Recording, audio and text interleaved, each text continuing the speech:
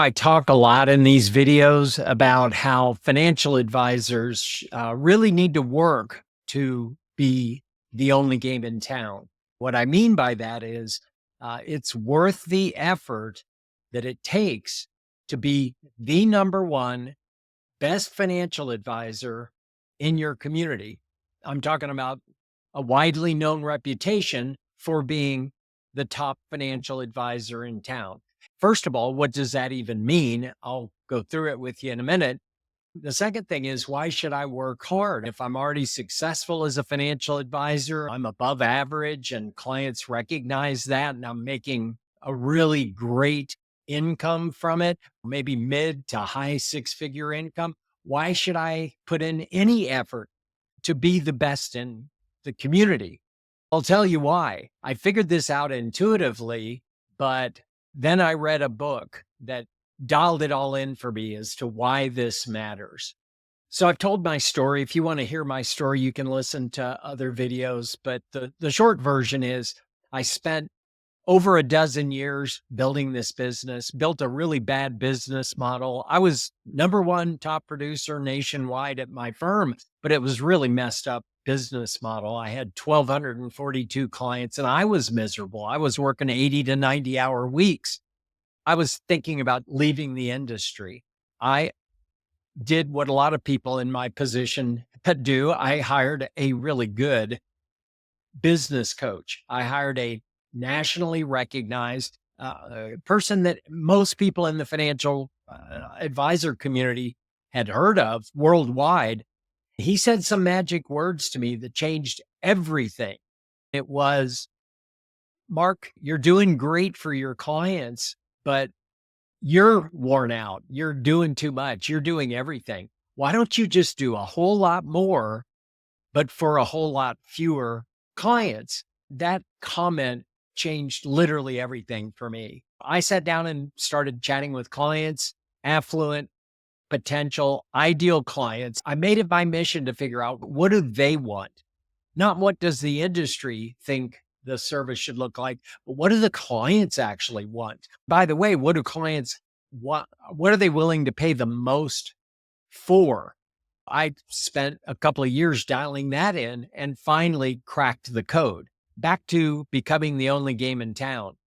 It's something that I just stumbled across as I started implementing this new business model. I started aligning my business with what clients wanted me to be doing for them.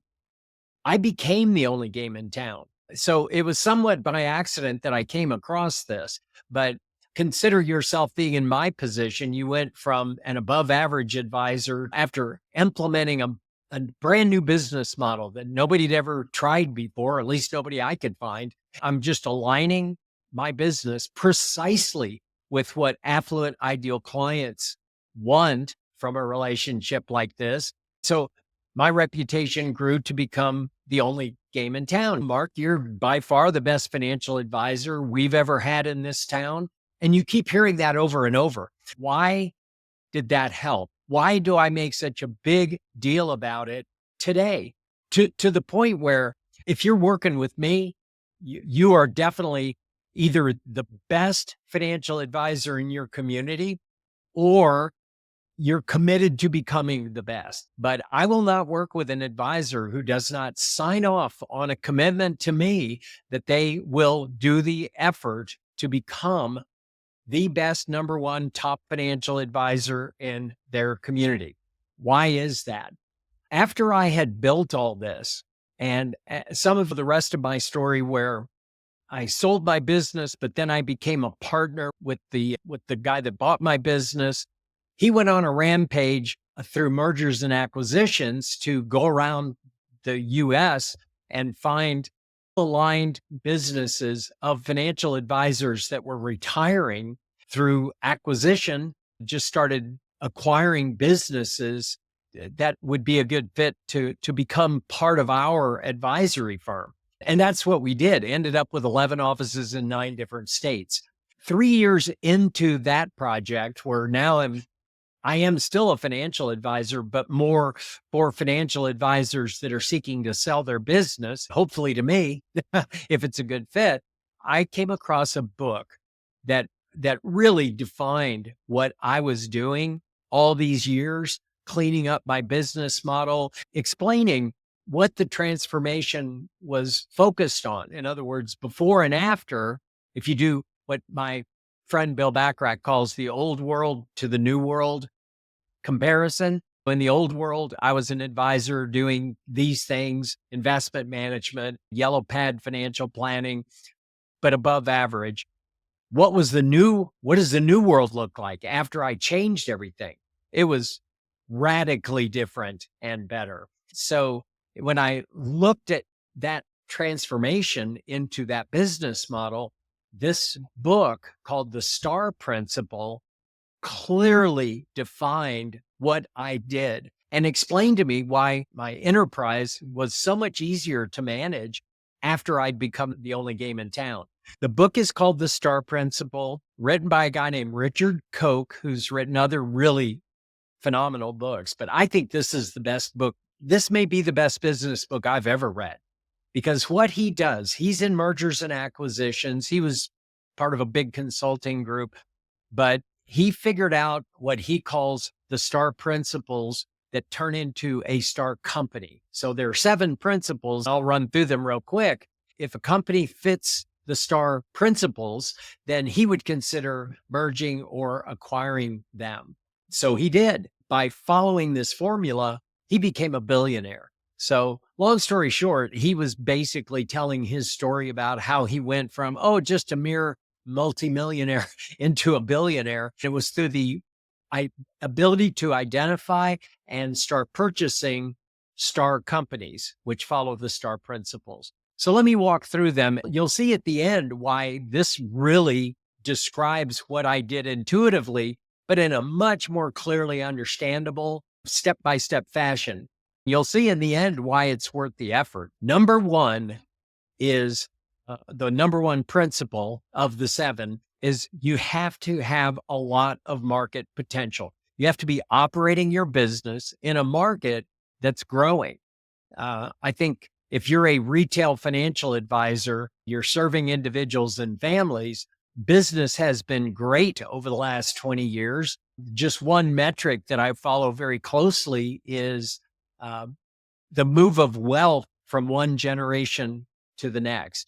In the last 20 years, which covers the period that I changed my business model, there's been a huge movement from the generation passing away to their beneficiaries, which are the people who inherited the money. It's averaged over the last 20 years, something like $790 million transferring to the younger generation, average annual transfer over the last 20 years. That's a lot until you stop to realize that the older generations are substantially larger than the next generation down the line, so that the people passing away are passing it down to a smaller number of hands that are receiving these assets.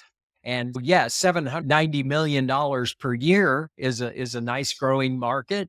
Certainly one of our top industries in the United States, that would be the financial services industry, which, as you can imagine, if you're someone who's just receiving the assets from a parent or a grandparent that just passed away, leaving inheritance, this is when people seek advice. Maybe you've been affluent your whole life, but then when you receive an inheritance of millions of dollars, then it's obvious that they might seek financial advice. So that has been growing, but not when you consider where it's going, because the older generation is so much larger than the next generation. Over the next 20 years, that number is growing from an average of $790 million per year to $4 trillion per year after year for the next 20 years. There's only one warning about that.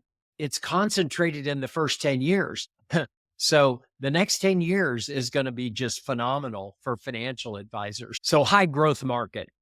The number 2 principle is you're the market leader in that market. So this is where, if you're the number 1 financial advisor in your community, this goes to making things so much easier. if it's generally agreed that you have a reputation as being not just a little bit better than other advisors, not just above average. No, if there's a large constituency that's happy to tell others that no, they're the best in town, then you have market dominance. You have pricing power on what you can charge.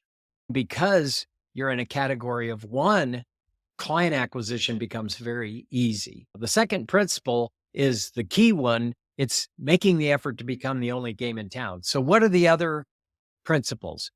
The next principle is that you have profit potential that's high. In our business, I work with advisors all the time whose profit margins are out of whack.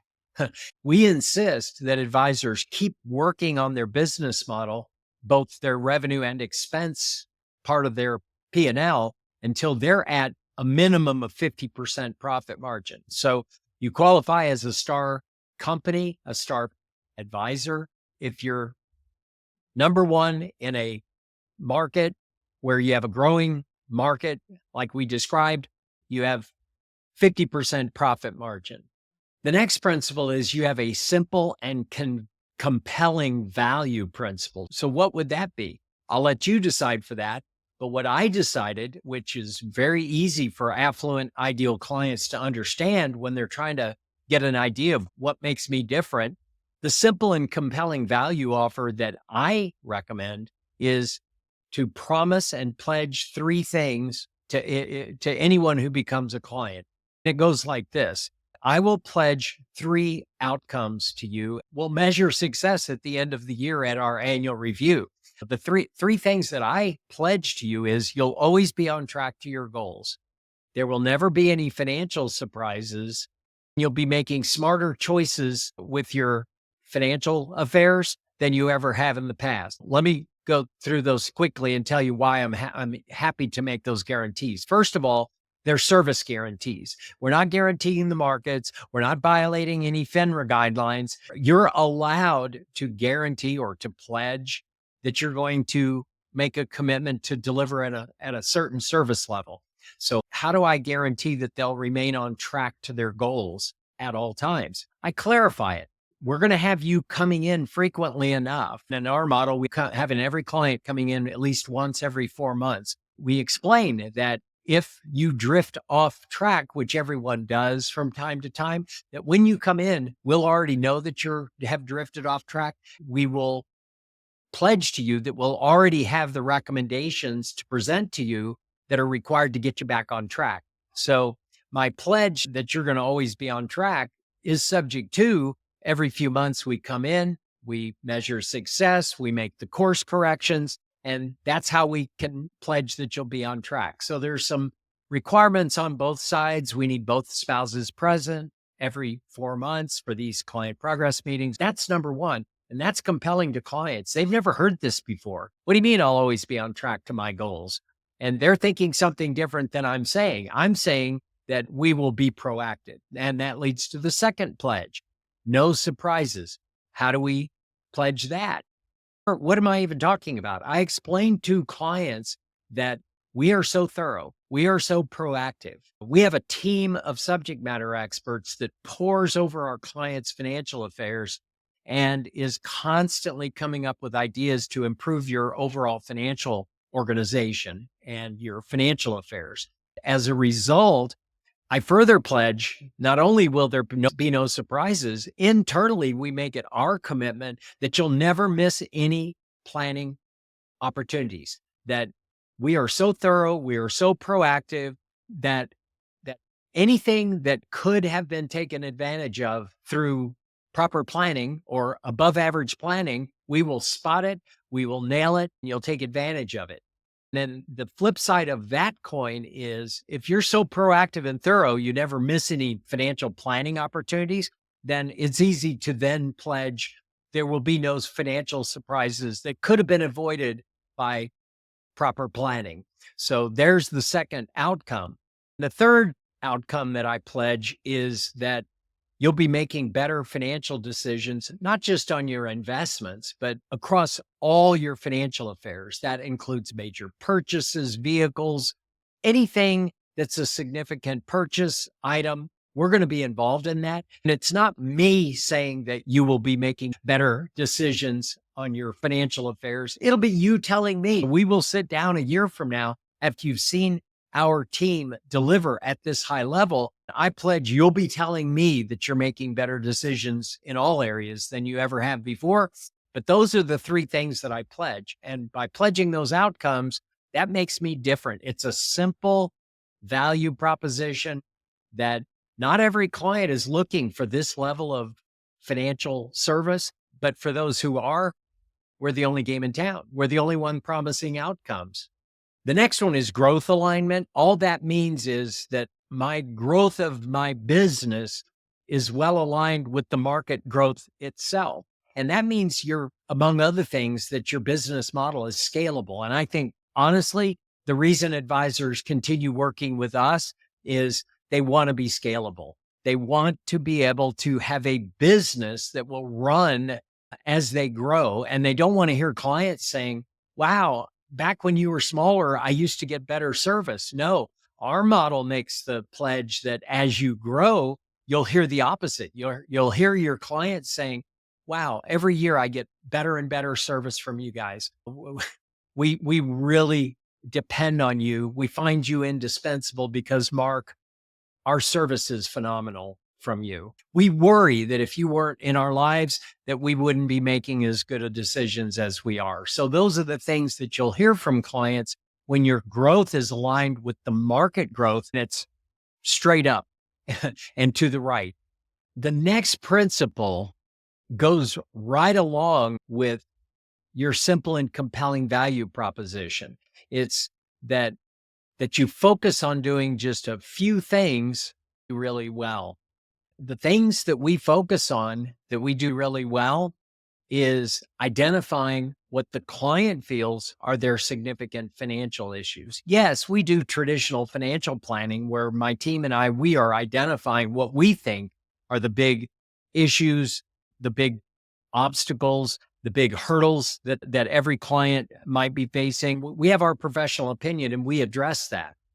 But I'm talking about something different. We have a simple focus on just asking the clients, what do they think are their significant financial issues? What do they think are the things that stand between them and achieving everything that they've shared with us about where they are trying to get with their objectives and their financial goals? So they have some things that are keeping them up at night. I think we have a simple focus. We want to identify and harvest those significant financial issues out of the minds of our clients. We declare war on those. So from that standpoint, what are clients experiencing? Yes, we're doing all the traditional things to keep them on track, but they tell their friends, oh my gosh, this firm is so focused on making sure we get a good rest at night that they are declaring war on our significant financial issues that keep us up at night. Sometimes it's a lack of understanding about what's happening with their portfolio. So in some cases, we just have to fill them in on how things are working and they have less to worry about than they realize. Other times it's things that are in their life that we were unaware of that are really stressing them out, but we make the effort to make sure they tell us what these things are. And then we are really good about getting our entire team to focus on those problems and create strategies to either eliminate those problems or mitigate the risk or whatever it is. But our clients truly appreciate the fact that we take the time, make the effort to hear what they think is significant financial issues, and we address those almost to the exclusion of talking to them about everything else. A lot of what we do behind the scenes, they don't even know we're doing it. So I take the approach, I don't need to tell them everything we're doing behind the scenes. I need to make sure they sleep at night on the things that are actually worrying them in the moment. And then as far as simple, clear focus leads right into the last principle. I have a simple, clear focus on making sure that my team is capable of doing two things. So in my team, I focus on 5 areas of personal finance. It's financial planning, which is goal planning, identifying the goals and having plans towards achieving the goals that the client has set. Investment management or money management, that's an area. Then we have estate planning, tax planning, and then I call it risk and safety, but it includes a thorough evaluation of their insurance situation. But those are the 5 areas. Now, we recommend, not every advisor that we work with makes this their goal, but we recommend that you have a separate subject matter expert for each of those 5 areas. That means you have an accountant, an estate for tax planning, you have a chartered financial analyst for money management. You've got an estate planning lawyer filling the vacancy that you have to create an estate plan. But for these 5 areas, the simple focus that we get every advisor to be exceptional at is to make sure that each of these professionals, however many of them you have on your team helping you deliver service to these clients, that they are really good at 2 things: strategies and tactics. It's so basic, it's so fundamental, yet I can tell you just this one thing right here is what will make you different and better than anyone else in town. And that is that in all 5 areas, you have a strategy and tactics, which are action items required to implement each of the strategies. So there's a comprehensive written lifetime tax strategy updated annually. There's a comprehensive written lifetime estate planning strategy that's updated.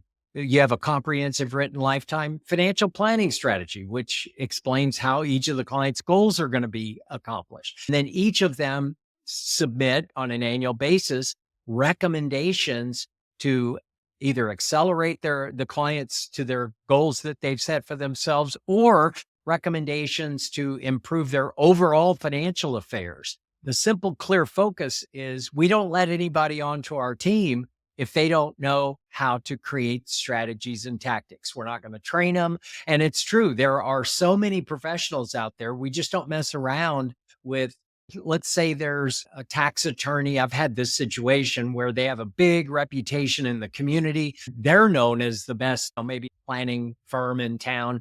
So we get one of the partners of that firm we try them out. First thing we always do is just try them out.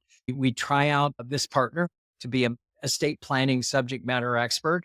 And we pick one client. We say, create a comprehensive written lifetime estate planning strategy for this client. And then create all the tactics that you would recommend to a client to implement your strategy. You'd be shocked. It's over 50%. We have more precise data on this, but if you line up 10 partner level estate planning lawyers, and the same is true in tax or money management, any of these 5 areas, if you get a professional that's got above average technical expertise in their field, they claim to understand affluent ideal clients. They may just simply say, I work with ideal clients predominantly. This is just what they're telling you.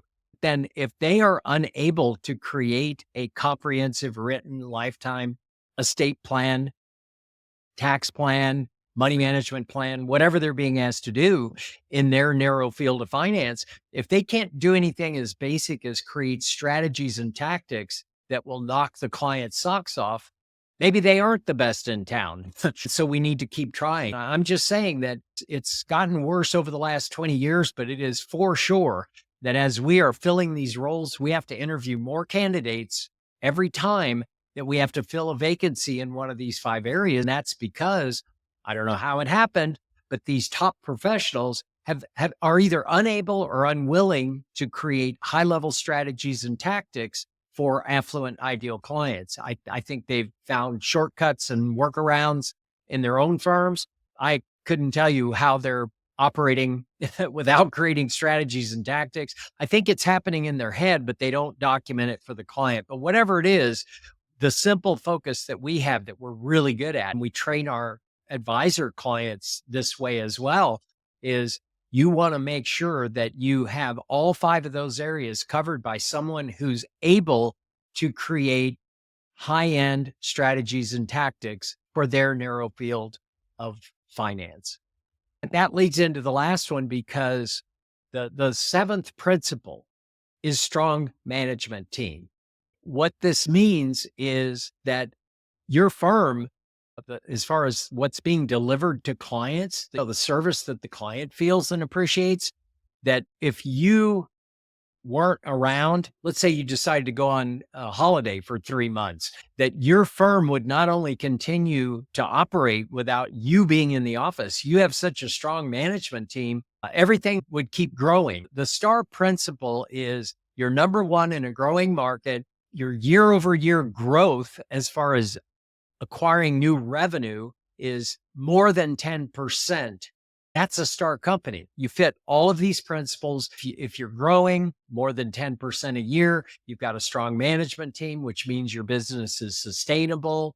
And you're in such a growing market that your growth rate is sustainable for decades, which ours is. So that's the star principle. Why does it matter? Because most financial advisors, maybe not all, but most, care about the value of their business. Whether or not you plan to sell your business someday, most financial advisors, I think, because we're numbers people, we want the value of our business to be growing every year. It took me reading this book by Richard Koch, who's a mergers and acquisitions, a private equity guy, to articulate in clear, simple terms, what does excellence look like in a growing company?